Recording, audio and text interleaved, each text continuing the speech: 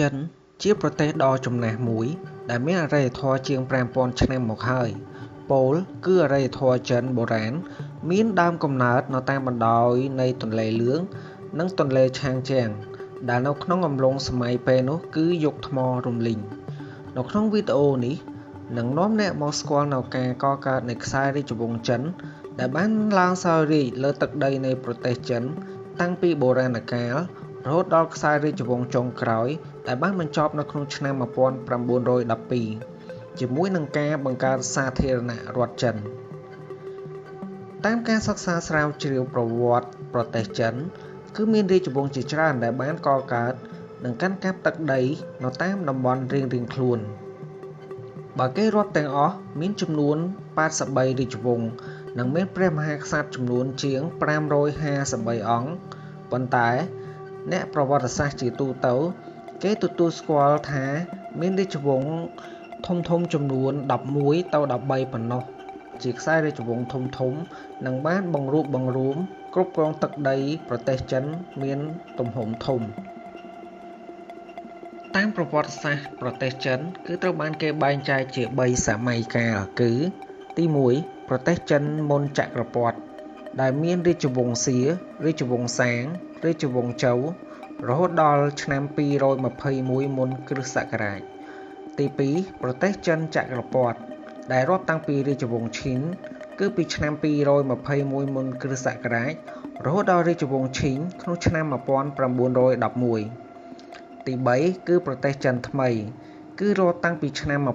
1911រហូតដល់សម័យទំនើបរាជវង្សធំៗដែលទទួលយកជាទូទៅគឺទី1ខ្សែរាជវង្សសៀដែលគ្រប់គ្រងប្រទេសចិនក្នុងឆ្នាំ2070រហូតដល់ឆ្នាំ1600មុនគ្រិស្តសករាជរាជវង្សសៀគឺជារាជវង្សដំបូងបំផុតរបស់ប្រទេសចិនដែលបានចាប់កំណើតឡើងនិងបានគ្រប់គ្រងប្រទេសចិនប្រហែលឆ្នាំ2070និងដល់ឆ្នាំ1600មុនគ្រិស្តសករាជគឺមានរយៈពេល470ឆ្នាំនិងមានស្ដេចចំនួន17អង្គបានឡើងសោយរាជ្យព្រះរាជាទី1ព្រះនាមយូដែលបានសោយរាជ្យបាន45ឆ្នាំព្រះអង្គត្រូវបានគេចាត់ទុកថាគឺជាទេវតាដែលគ្រប់គ្រងទឹកជំនន់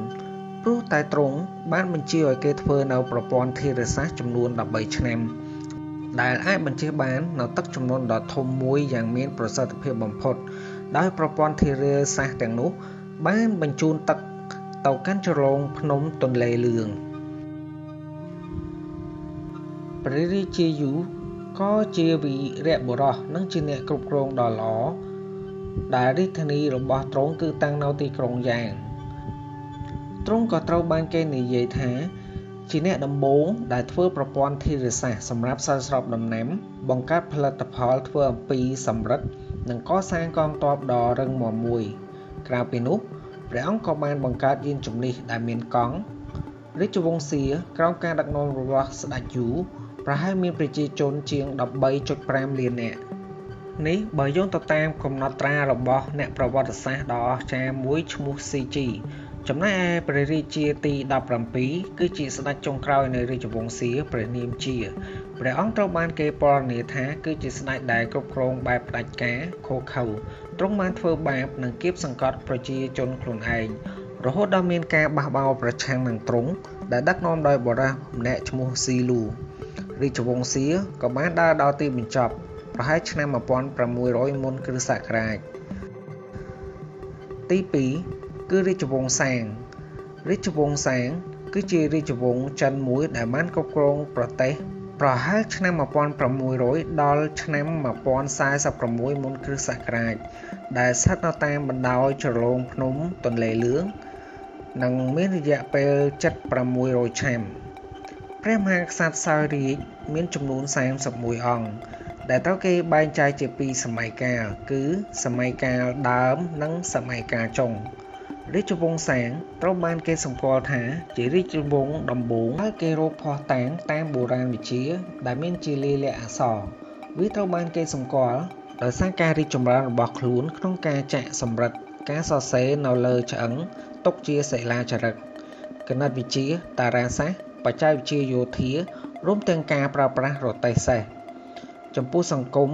ស្ដេចគឺនៅកំពូលបន្ទាប់មកមានពួកអភិជនសិល្បករពាណិជ្ជករនិងកសិករព្រះមហាក្សត្រដើរតួជាអ្នកសម្របសម្រួលសំខាន់រវាងអ្នករស់និងអ្នកស្លាប់ពួកគេចេះប្រើរទេះសេះសម្រាប់ធ្វើសង្គ្រាមការដឹកជញ្ជូនចេះបាញ់ធ្នូចល័តនិងមានការត្រួតពិនិត្យកងទ័ពតាមឋានានុក្រមយ៉ាងត្រឹមត្រូវព្រះមហាក្សត្រចុងក្រោយដែលគ្រប់គ្រងនៅក្នុងរាជវង្សសាងព្រះនាមឌីស៊ីនរាជវង្សសាងត្រូវបានផ្ដួលរំលំដោយប្រជាជនជៅក្នុងឆ្នាំ1046មុនគ្រិស្តសករាជដែលជាការបញ្ចប់នៃរាជវង្សសាងខ្សែរាជវង្សទី3គឺរាជវង្សជៅរាជវង្សជៅគឺជារាជវង្សដែលគ្រប់គ្រងបានយូរជាងគេបំផុតនៅក្នុងប្រវត្តិសាស្ត្រចិនដែលមានអាយុកាលចាប់ពីឆ្នាំ1046ដល់ឆ្នាំ256មុនគ្រិស្តសករាជពោលគឺវាមានអាយុជិត800ឆ្នាំរាជវង្សជៅត្រូវបានបែងចែកជាសម័យកាលដូចជាជៅខាងលិចគឺក្នុងឆ្នាំ1046ដល់ឆ្នាំ771មុនគ្រិស្តសករាជនិងសម័យជៅខាងកើតដែលកើតក្នុងឆ្នាំ771ដល់256មុនគ្រិស្តសករាជជាមួយនឹងការអភិវឌ្ឍសំខាន់រួមទាំងបច្ចេកវិទ្យាក្នុងការផលិតសម្ភារៈពីដែកទស្សនវិជ្ជាចិនដូចជាលទ្ធិខុងឈឺលទ្ធិតាវនិងប្រព័ន្ធនយោបាយដែលត្រូវគេប្រៀបធៀបទៅនឹងរបបសក្តិភូមិចំពោះចំនួនស្ដេចដែលសោយរាជនៅក្នុងសម័យរាជវង្សជៅមិនត្រូវបានបង្ហាញឲ្យដឹងពិតប្រាកដទេដែលគេស្មានប្រហែលចំនួន37អង្គព្រោះដោយសារតែមានកំណត់ត្រាផ្សេងៗគ្នាដែលសរសេរនិងអ្នកគ្រប់គ្រងមានភាពខុសប្លែកពីគ្នាចំពោះការបរិច្ឆេទចាប់ផ្ដើមនិងបញ្ចប់គឺមិនមានភាពច្បាស់លាស់នោះទេរាជវង្សបានបញ្ចប់ជាផ្លូវការជាមួយនឹងការបង្រួបបង្រួមប្រទេសចិនដោយរាជវង្សឈិនក្នុងឆ្នាំ221មុនគ្រិស្តសករាជស្ដេចចុងក្រោយដែលសោយរាជក្នុងខ្សែរាជវង្សជៅព្រះនាមណានដែលបានគ្រប់គ្រងរហូតដល់ឆ្នាំ256មុនគ្រិស្តសករាជគឺនៅពេលដែលរាជធានីជៅត្រូវបានកងទ័ពនៃរដ្ឋឈិនចូលមកវាយយកបានទី4ខ្សែរាជវង្សឈិនខ្សែរាជវង្សឈិនគឺជាខ្សែរាជវង្សដំបូងគេរបស់ប្រទេសចិនដែលមានភាពល្បីល្បាញដោយសារតែការបង្រួបបង្រួមនៅរដ្ឋសង្គ្រាមផ្សេងៗឲ្យមកជាដែនដីទាំងមូលគឺប្រទេសចិនតែមួយដែលវាបានគ្រប់គ្រងចាប់ពីឆ្នាំ221ដល់ឆ្នាំ206មុនគ្រិស្តសករាជការបង្កើតប្រព័ន្ធការិយាល័យធិបតេយ្យកណ្ដាលដែលបានចាក់គ្រឹះសម្រាប់រាជវង្សចិនជាបន្តបន្ទាប់ទាំងអស់ទោះបីជាអាយុកាលខ្លីក្នុងការគ្រប់គ្រងទឹកដីចិនគឺត្រឹមតែ15ឆ្នាំក៏ដោយក៏វាមានឥទ្ធិពលយ៉ាងខ្លាំងនិងយូរអង្វែងលើប្រវត្តិសាស្ត្រនិងវប្បធម៌ប្រទេសចិនខ្សែរាជវង្សឈិនក្រោមការដឹកនាំរបស់ស្ដេចជេងស៊ីដែលបានប្រើប្រាស់កម្លាំងយោធានិងវិធីសាស្ត្រជាក់ស្ដែងនិងស្របច្បាប់ដើម្បីដណ្ដើមយករដ្ឋគូប្រជែងទាំងអស់ឲ្យមកដាក់នៅក្រោមការត្រួតត្រារបស់ខ្លួនក្នុងឆ្នាំ221មុនគ្រិស្តសករាជហើយបានប្រកាសខ្លួនឯងជាស្ដេចមានព្រះនាមថាឈិនស៊ីហួងគឺជាអធិរាជទី1នៃរាជវង្សឈិនព្រះអង្គក៏បានបង្កើតរដ្ឋបាលកណ្ដាលនិងអធិការបតីរបស់ព្រះអង្គគឺលោកលីស៊ីដែលបានលុបចោលនៅប្រព័ន្ធរបបសក្តិភូមិចាស់និងបានបង្កើតរចនាសម្ព័ន្ធរដ្ឋបាលដ៏រឹងមាំមួយគឺព្រះចៅអធិរាជឈិនស៊ីហួងនេះហើយដែលជាស្ថាបនិកដំបូងគេដែលបានបញ្ជាឲ្យកសាងនៅមហាកំពែងចិន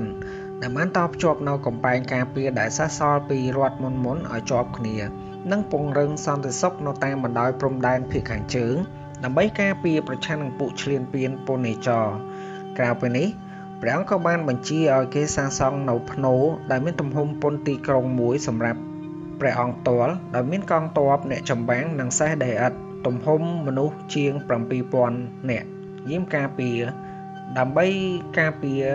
ទ្រង់នៅជាតិក្រោយរាជវង្សឈិនចាប់ដើមចុះខ្សោយភ្លាមបន្ទាប់ពីការសោយទីអង្គររបស់អធិរាជទី1នៅឆ្នាំ210មុនគ្រិស្តសករាជ